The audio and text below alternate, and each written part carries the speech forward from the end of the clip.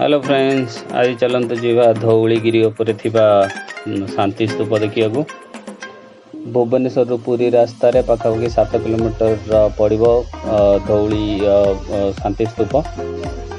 एठी जो दयानिधि अच्छी दयानदी कूल कलिंग वार होता जो चंडाशोक धर्माशोक परिवर्तित होते यही पहाड़ उपरे से माने सी जो तार फाउंडिंग स्टोन लेट डाउन करथिले।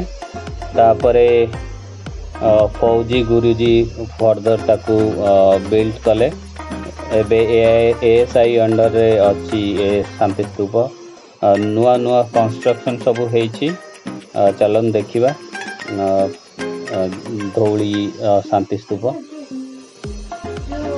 आपण को पार्किंग फी पाखापाखि 1.5 किलोमीटर 2 किलोमीटर आगुरी दबाक पड़ो।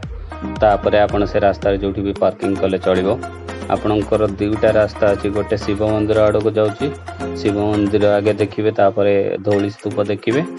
आउ गोटे ना सीधा आसवे धौली पाखे पार्किंग करेंगे। आ धौली स्तूप देख सारापर पछपट रास्तार पुणी जी शिव मंदिर को बुलवाक।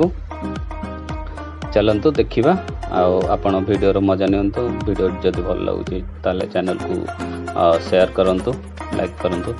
Thank you.